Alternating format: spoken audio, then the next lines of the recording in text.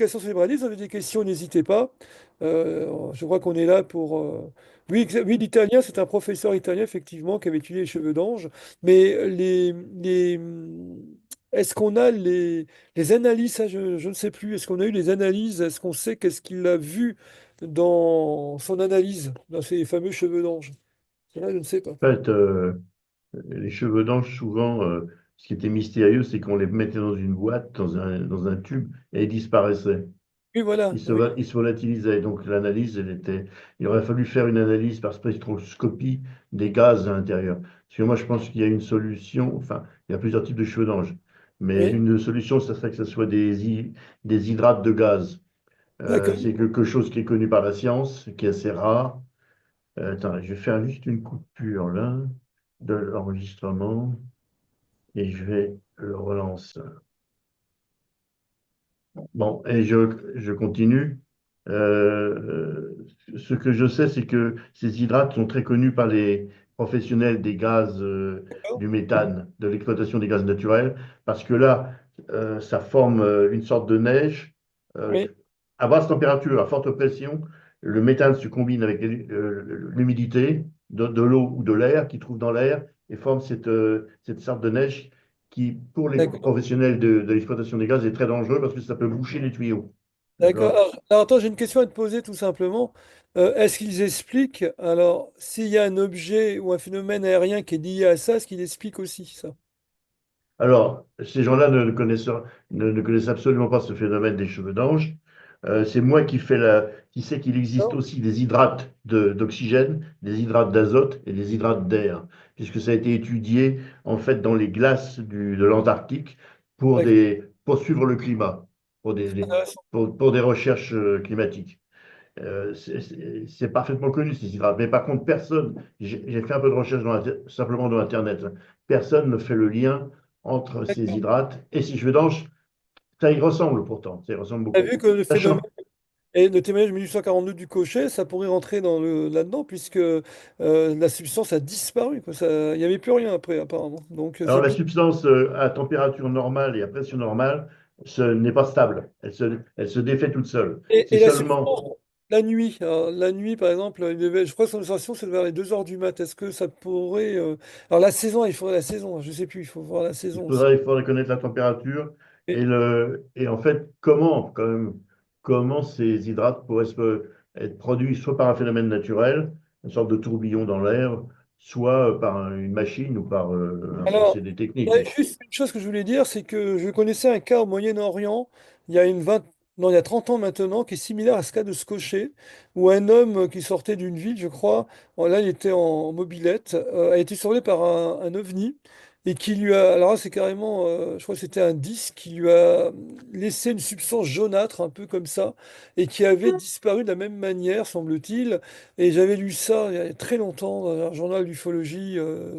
J'ai oublié le nom, je sais pas si c'est dans LDLN, mais en tout cas, il y a un cas qui ressemble à ça, de temps en temps, ou alors, voilà. Donc c'est quand même toujours intéressant d'essayer de voir d'autres cas qui pourraient se rapprocher pour essayer de trouver un fil là-dedans, un fil rouge ou pas, dans différents cas à travers le temps. C'est ça qui est intéressant, c'est de pouvoir essayer de trouver un fil Bien conducteur. sûr. Voilà. Alors, sur ces filaments, puis j'en termine là, il existe quand même une hypothèse alternative, c'est que ça serait pour être des soies d'araignées. Dans les pays méditerranéens, il peut y avoir des colonies Ah, tout à immenses fait. de toiles d'araignées. Ça peut être emporté par le vent, emmené. Et à ce moment-là, mais par contre, ça ne s'évapore pas. Ça peut s'humidifier, ça peut devenir de la gelée. Oui. Les protéines peuvent se dégrader, mais pas disparaître. Alors, à Voilà. propos des Bon, araignées, je vais vous dire un truc rigolo, c'est que il y a quelques années avec Annie, on s'est amusé en été de prendre des photos de notre jardin la nuit et on a vu que nos arbres étaient pleins de fils d'araignées, mais alors qui se reliaient les uns les autres, hein. Il y a tout un réseau comme ça qu'on n'imagine pas, hein. Et ça fait dans le ciel des sortes de tubes lumineux, mais ça c'est la défocalisation qui fait ça avec le flash. Donc on a un retour de flash sur l'objectif de la peine avec défocalisation. Et on voit effectivement que les araignées, elles sont quand même nombreuses dans le milieu aérien, enfin en tout cas proches. C'est ça. Mais je crois qu'il y a aussi des migrations d'arachnides en haute altitude, je ne me trompe pas. oui. C'est ça, Oui, hein. Les deux. ce sont en fait leurs méthodes de dissémination. Tout à Il y a fait. des insectes volent, elles émettent un fil que le vent va prendre et avec un peu de chance, elles vont se retrouver dans la haute atmosphère et faire des centaines, des milliers de kilomètres, pourquoi pas. Imaginez, là, c'est quand même beau la nature. Je trouve ça fabuleux, quoi. Alors, avez-vous des questions sur les Bradies, sur Flammarion? Je ne sais pas. Et on a sûrement. Alors, j'ai donné à tout le monde la possibilité de réactiver leur micro et leur vidéo. Je salue Charles aussi, l'ami Charles, là, le spécialiste Oui, et Vimana. J'ai vu, il était là. donc vous pouvez réactiver votre vidéo et et le son vous-même. Hein. Il y a beaucoup de. Ça fait penser. Alors, première remarque évidente, on se limite à RR1, RR2. Ici, Alors, oui, dans les Bradies. qu'est-ce que ça peut vouloir dire? Ça peut vouloir dire, je, je fais des questions et la réponse, D'accord? on va dialoguer. Soit qu'à l'époque, c'était pas admissible, on pouvait pas le raconter, Oh puisque non. c'était une époque assez scientiste, Mais non, non, assez non, je suis pas d'accord avec toi, mais non. Et attention, ne pas faire d'anachronisme. À l'époque, ils étaient très ouverts. Non, c'est le contraire, c'est extrêmement ouvert. contraire. Vous avez des tas de scientifiques qui croient D'accord.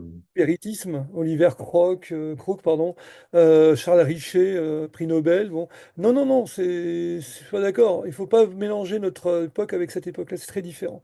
Par contre, pour parler des humanoïdes, on a un cas qui est rapporté par Bougard, qui est une créature qui est vue en Angleterre, mais là on est aux limites du folklore et de l'ufologie. C'est le cas de la créature qui porte un nom. Attends, je l'avais noté. Il y a le mot Hills dedans. Attends. Ah ben je sais plus. Voilà. C'est à Londres. Ça se passe dans le fin 19e. C'est une créature qui apparaissait à des Londoniens. Et là, comment dire, ils lancent chez les gens. La personne voit une créature de 2 mètres de haut pratiquement, et la créature s'en va vers le ciel dans une sorte de bond. Et il y a aussi une attestation aux États-Unis. Ça porte un nom particulier que je ne trouve pas. Ah voilà, j'ai trouvé. On l'appelle le Spring Hill Jack. Vous savez que le mot Jack en Angleterre, c'est pour désigner une identité inconnue, Jack l'Éventreur, etc. Et là, la créature en question est attestée. On a aussi le diable du New Jersey qui avait laissé des traces. Mais c'est vrai qu'il n'y a pas beaucoup d'observations d'humanoïdes. On a l'observation d'Alençon au XVIIIe siècle, mais on sait aujourd'hui que c'est certainement un faux, que c'était un canular. Voilà. Mais alors pourquoi plus des bradites que des humanoïdes? Alors peut-être parce que, comme je vous l'ai dit, à l'époque, on observe énormément le ciel avec la vague Flammarion et son astronomie philosophique. Je vous dis, c'est un engouement. Donc évidemment, on peut observer des phénomènes un peu étranges dans le ciel. Et alors pourquoi ils ont cessé par la suite? Ou alors, vous savez, en ufologie, il y a toujours les RR1. Alors aujourd'hui, on les méprise, les RR1, et aussi un petit peu avec, comment dire, mépris, mais voilà. Je pense que aujourd'hui, quand on montre une vidéo, on voit un objet qui passe à toute vitesse, ça parle pas, quoi. Effectivement, ça peut être tout et n'importe quoi. Par contre, si on montrait une vidéo avec un objet qui s'arrête en plein ciel, qui tourne à gauche, qui s'en va, etc., enfin, qui prend une tangente, ça serait plus intéressant en admettant qu'elle n'ait pas été créée par l'intelligence artificielle. Le souci actuel, c'est que on se heurte dans l'analyse d'image. Il y en a un qui connaît très bien ça, c'est François Louange. On se heurte aujourd'hui à des problèmes graves hein, avec l'analyse d'image, c'est que on est arrivé à une telle perfection dans le faux qu'il va devenir très difficile de trier le bon grain de livret. Et à tel point que je pense qu'on va arriver à un moment où la vidéo ne va plus rien valoir. C'est-à-dire que on ne pourra pas en faire une preuve. D'ailleurs, de toute façon, les vidéos n'ont jamais été des preuves. Hein. C'est plus, euh, c'est plus un élément testimonial pour le témoin qui fournit à une commission d'enquête ou à des enquêteurs, mais c'est pas une preuve en soi, ça non. Mais ça illustre. Par contre, je ne sais pas si vous êtes d'accord, mais malheureusement, voilà, c'est le problème. Alors les bradites ont disparu dans les années 30, mais aujourd'hui, dans les années, à partir des années 40, où on observe à nouveau des ovnis, enfin à nouveau oui, et de manière vraiment, alors là, massive, ils sont certainement revenus puisqu'on a des films comme le film Tremonton en Utah qui nous montre des groupes d'objets. Alors maintenant, on a des groupes d'objets qui circulent. Alors au XIXe siècle, on a encore une observation dans le sud de la France où il y a des groupes d'objets qui sont vus comme ça, mais ça dure quelques minutes et ces objets, je crois, vont s'écraser sur le sol et rebondir encore. C'est un peu comme sur l'eau, mais ils rebondissent sur le sol avant de disparaître. Voilà.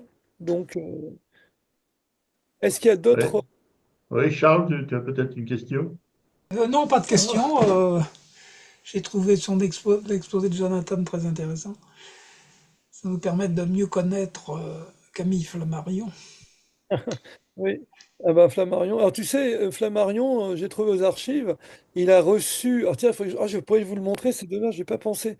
Il était ami avec un Maharaja en Inde qui lui a écrit de nombreux courriers, je les ai trouvés aux archives, et il échange avec lui sur des tas de choses, et il échange, alors pas sur les Brahmanites, mais sur la vie après la mort.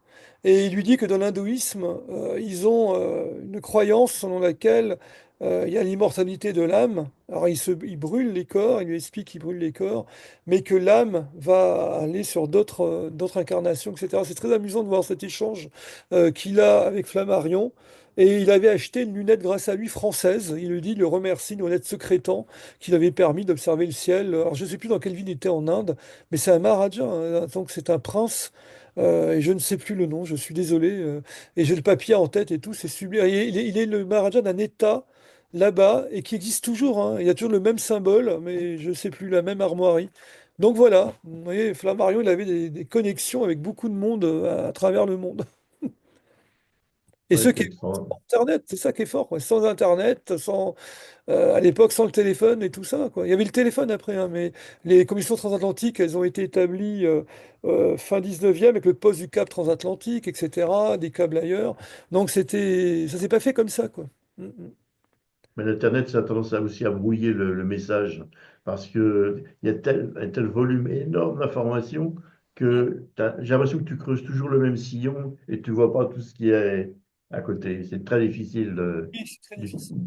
ouais. Surtout actuellement, hein. Actuellement, alors là, on a trop d'informations dans tous les sens.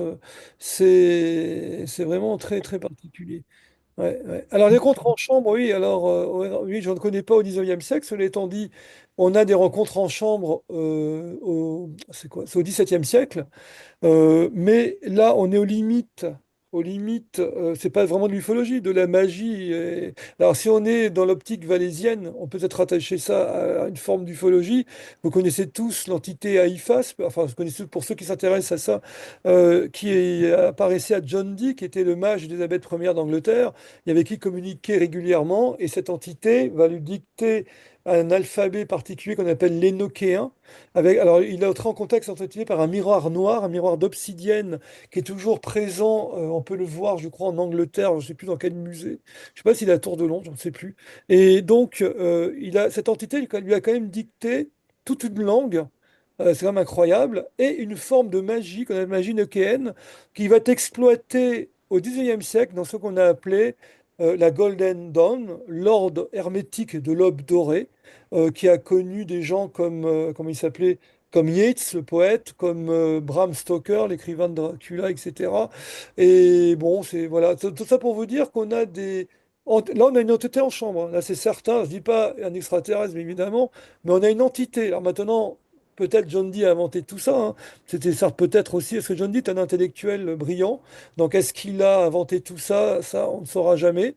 Mais en tout cas, il nous invente une langue, il avait une communication avec quelque chose. Regardez Tolkien. Tolkien est un écrivain et il a écrit cette fameuse langue, le Hobbit, etc., qui est une langue structurée, c'est assez extraordinaire, à tel point, ça surprend tellement de monde qu'aujourd'hui, je crois avoir vu des livres passés selon lesquels maintenant on dit que Tolkien était peut-être en contact avec une entité aussi spirituelle, pourquoi pas, qui lui a dicté tout ça, tellement ça paraît extraordinaire.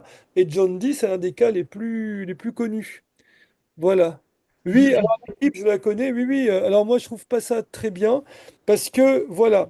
Alors, là, je dirais que alors, la Saint-Flammarion, pour moi, c'est bien et c'est pas bien. C'est bien parce qu'ils ont fait connaître un peu l'observatoire, mais on cherche des choses où il n'y a pas grand-chose. Bon, vous savez, les plus grands phénomènes paranormaux, les phénomènes de hantise, ils sont pas dans les ruines. Ils sont pas dans des endroits où il n'y a pas grand-chose. Ils sont chez les vivants. Et les plus grands cas de poltergeist, c'est dans des maisons habitées. Les phénomènes de hantise, il faut des vivants pour les voir. Sinon, voilà. Vous savez, je viens d'adhérer à l'ASPR, la Société d'études psychiques britannique. Et là, je viens de recevoir le bulletin de l'ASPR. Et vous avez un homme, bah, c'est un Indien, cher ami.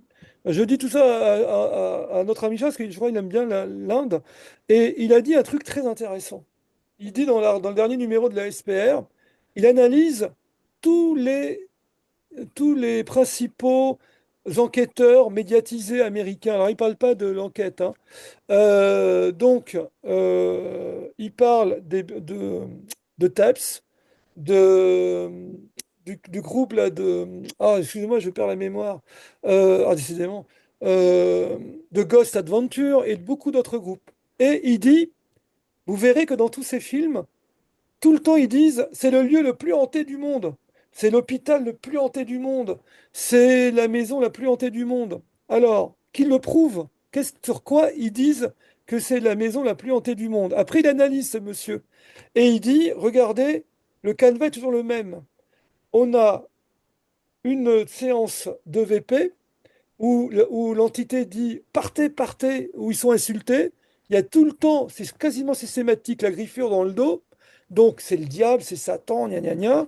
Il y a toujours une porte qui claque, un bruit, cette ambiance, machin, mais au fond, il n'y a pas grand-chose. Et il va dire, regardez, alors ce monsieur, alors, il est marrant parce il va comparer avec des cas de hantis connus. Et il va nous parler de la fameuse villa. Alors moi-même, je ne savais pas. Flammarion l'a enquêté, je ne savais pas. C'est la villa de Valence en France. Bon, là, on est en 1872, je crois. Ou alors là, c'est l'Amityville français. D'ailleurs, à l'époque, on l'a appelé la Maison du Diable. Ouais, on n'a rien inventé, hein. La Maison du Diable. Et là, il y avait des meubles qui tombaient par terre, des jets d'assiettes. Il y avait des voix qui sortaient de nulle part. On avait des canonnades. Alors, je vais vous dire un truc rigolo. Vous allez voir. Vous allez rire. Alors, c'est dit dans le français de l'époque. Parce qu'à l'époque, on est très... Voilà. Et ils disent qu'il y a un des gendarmes qui enquête. Il y avait déjà des gendarmes qui enquêtent dans la maison. Et je l'ai appris dans le bulletin, hein. Je n'étais pas au courant de tout ça. Et donc, le gendarme, il a un problème naturel, voilà, par rapport à ce qu'il a mangé. Et tout à coup, il y a une canonnade dans le mur. Les murs, ils vibrent. La porte de la demeure se met à vibrer à tel point qu'elle sort de ses gongs. Et voilà un cas de hantise assez XXL. Et à l'époque, il y a la bonne. Et la bonne, elle est en état, comme dit l'auteur de l'enquête de l'époque, de satisfaire des émois sensuels avec un mari. Voilà. Et il pense que cette jeune fille qui a 17 ans, qui est pubère, prépubère, pardon, et provoque, elle, ces phénomènes. Et quelque chose qu'on va dire plus tard, hein, puisqu'aujourd'hui, on sait que les poltergeists sont liés toujours à l'activité soit d'un adolescent, soit d'une adolescente. C'est toujours en rapport. Et cette jeune fille de l'époque va dire qu'elle connaît ce fantôme, que c'est un russe, un seigneur russe, dont le fantôme est amoureux, voilà, et il la courtise. Et à cette époque-là, déjà, ils font une étude sociale et ils disent que, bah, apparemment, cette jeune fille provoque des phénomènes pas possibles parce qu'elle est issue d'une classe à l'époque, le problème du 19e siècle, alors c'est très intéressant au niveau intellectuel, au niveau des sciences, mais par contre, c'est une catastrophe au niveau social, puisqu'il y a une inégalité sociale criante un peu partout. Ça, c'est dommage, c'est comme ça, mais c'est l'horreur. Et là, une bonne, par exemple, c'est quelqu'un, comme on disait à l'époque, c'est la domesticité. Et donc, ils étaient mis à part. Dans les maisons de l'époque, vous aviez le coin des bonnes et le coin des bourgeois. Bon, ça, c'est nul, hein, je suis d'accord, c'est complètement affreux. Alors, ils pensaient qu'à l'époque, cette jeune femme avait inventé cette histoire pour se faire valoir socialement. Voilà. Pour dire, bon, regardez, c'est un prince russe qui est amoureuse de moi. Bon, cela étant, les phénomènes sont bien attestés. Et ça explique pas tout. Et donc, notre Indien, ce monsieur, qui est un chercheur en paranormal à l'université indienne, dit le problème de toutes ces émissions américaines qu'on a en Europe avec les Believers et d'autres, sont toutes sur le même canevas. ils ne cherchent pas du tout à étudier les phénomènes de l'autisme. En vérité, ils produisent du divertissement. Et Ah du oui. divertissement, avant, on allait voir un film d'épouvante, on se faisait peur. Ben maintenant, chacun produit son film dans les ruines. Et il va conclure son article. Ben, je pourrais te l'envoyer, Patricia. Il conclut l'article en disant grosso modo, eh ben, aujourd'hui, on nous sert tout ça dans toutes les chaînes de télévision du monde entier. Et pendant ce temps-là, eh ben, les phénomènes de hantise, eux, ils sont là, mais personne ne les étudie, personne ne les montre, mis à part des petits groupes comme la SPR, etc. Donc voilà, les Believers, là, pour moi, ils sont dans l'optique du divertissement. Voilà, ils cherchent pas, pour moi, des vrais phénomènes. D'ailleurs, j'espère que j'aurai l'autorisation, je dois faire une émission là-bas, sur place pour parler du Flammarion et le paranormal. Donc, je vous montrerai autre chose. Voilà. Parce que là, c'était pas, pour moi, c'est pas terrible. Voilà, je vous le dis, c'est tout. Et puis, ils auraient pu parler un peu plus de Flammarion. Franchement, leur intro, pour moi, elle est light. Bah, ils connaissent pas bien le sujet, j'en suis certain. Bon, par contre, ils ont eu le mérite quand même, ça c'est bien. Ils ont montré le monument. Vous avez vu, c'est dans un délabrement pas possible. En fait, la coupole et le dernier étage ont été restaurés, heureusement. Mais tout le reste à restaurer et la SAF recherche toujours des fonds, ainsi que la mairie de Juvisy, pour pouvoir restaurer l'ensemble. Voilà, qui est tombé en ruine dans les années à peu près 80. Voilà, voilà, voilà. Et les travaux du métro, il y Oui, a pas un problème avec ça en plus? oui, alors, mais apparemment, ça peut aller. Il y a eu des études de fait, donc le monument ne devrait pas souffrir de ça. Heureusement d'ailleurs, et on espère qu'un jour on trouvera des fonds pour pouvoir restaurer l'ensemble. Ça devrait coûter entre 4 et 5 millions d'euros. C'est quand même pas une petite somme. Voilà. Mais en attendant, la SAF avec les amis de Camille Flammarion ont restauré le haut et donc la lunette de Camille est visible, etc. Voilà. Et il y aura pour le centenaire Flammarion, il y aura beaucoup de festivités. Je vous invite d'ailleurs à voir le site de la SAF et on fera des observations en habit d'époque et avec des lunettes d'époque. Voilà. Comme ça, on pourra montrer au public comment on voyait le ciel. Mais en fait, c'est toujours pareil. Si vous prenez un télescope actuel, ça sera la même chose, hein. Mais il faut montrer que les lunettes de l'époque étaient très performantes. Voilà, quand on croit que c'était pas terrible, c'était extrêmement performant. Voilà.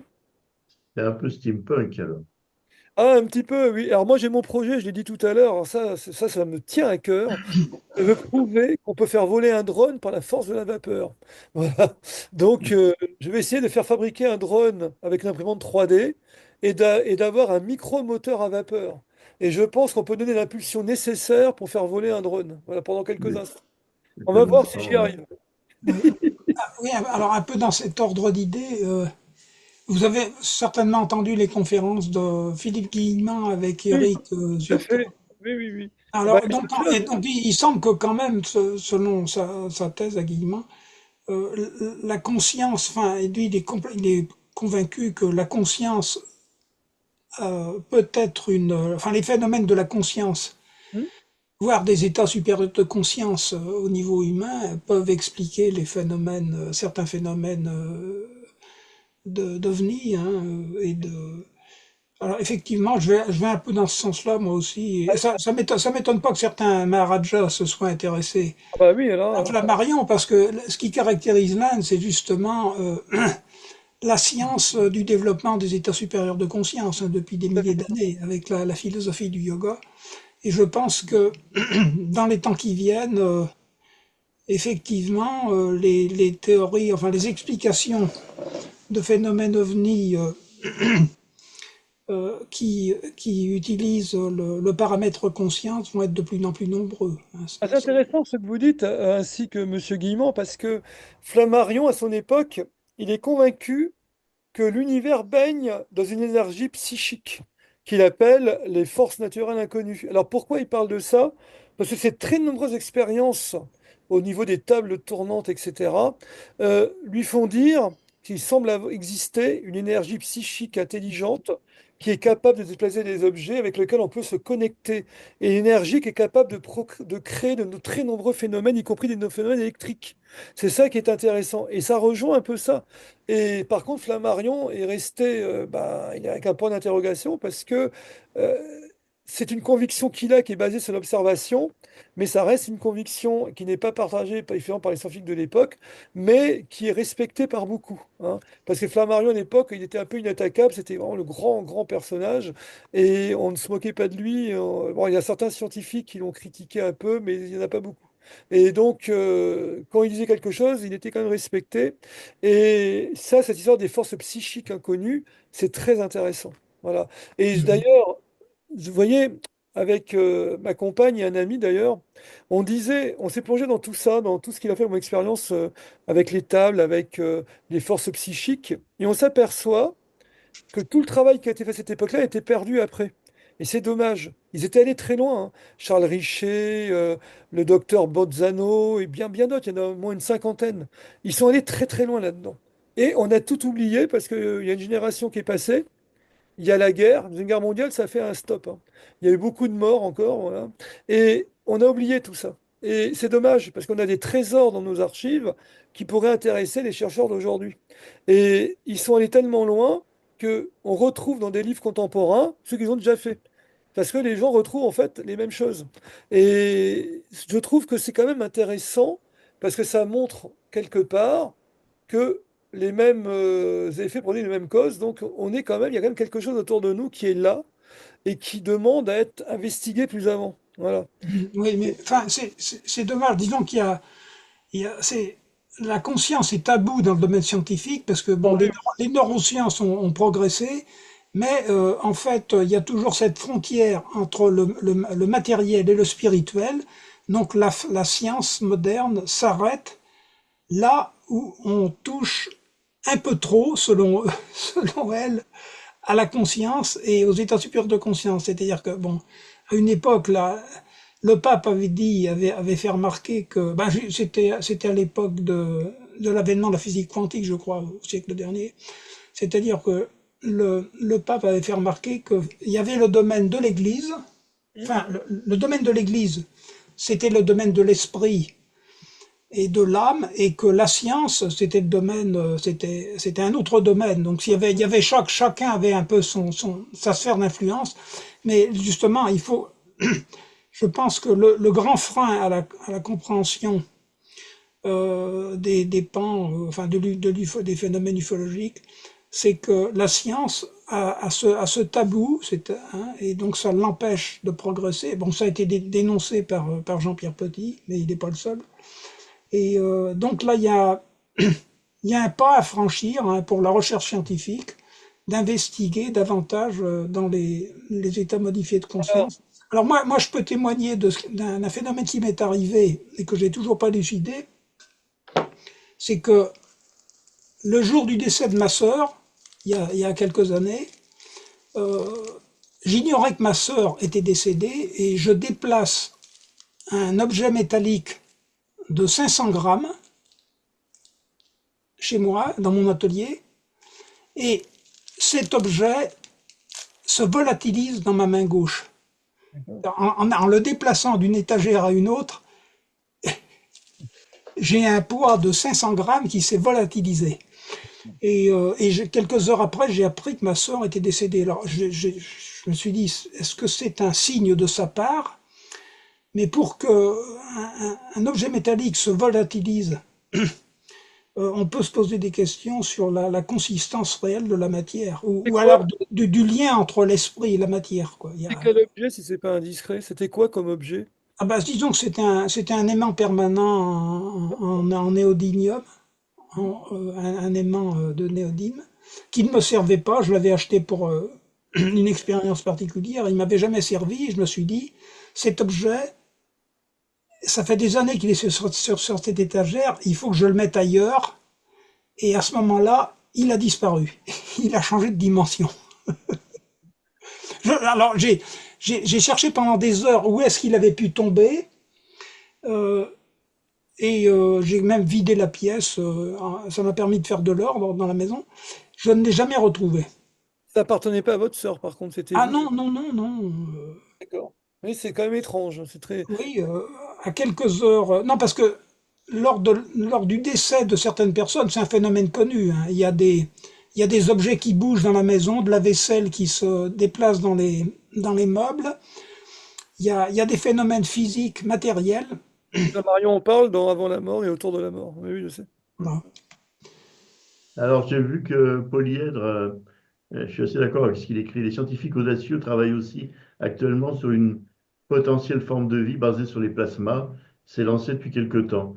Et en fait, c'est très ancien, puisqu'on en parle depuis assez longtemps. Mais ça revient sur le devant, sur Alors, le je tapis. dire aussi, pour rebondir sur Charles, j'ai appris aussi qu'en Angleterre, la SPR a lancé un protocole dans plusieurs hôpitaux britanniques pour étudier les NDE et ce qui se passe très près de la mort ou pendant la mort, etc. Et là, il y a un retour déjà apparemment d'expérience de NDE par des médecins avec leurs patients. Et il semblerait bien que de plus en plus de médecins, en tout cas en Grande-Bretagne, sont convaincus maintenant qu'il y a une survie probablement de la conscience après la mort. Bon, il faut rester très prudent. Et que pour les NDE, ça serait pas donc, contrairement à ce qu'on peut penser, certains, enfin, c'est l'opinion de ceux-là, hein, que c'est un effet du cerveau humain près de la mort, un phénomène chimique qui déclencherait tout ça, mais que ça serait quand même apparemment quelque chose d'autre qui montrerait qu'il y a une transition entre notre état actuel et autre chose. Voilà. Et ça, c'est en Angleterre actuellement à l'étude. Ils ont des retours, donc je dirais à Patrice s'il y a plus. Alors en France, ça s'est fait aussi, mais le problème de la France, c'est qu'on est très très cartésien, c'est pas toujours très bien vu. Alors, il y a le docteur Charbonnier qui a fait pas mal de choses.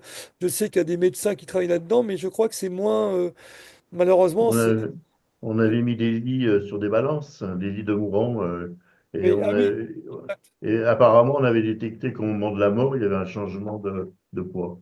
mais Qui bon, ça, il y a de qui n'est controverses. pas, qu'on ne comprend pas, mais qu'on avait constaté.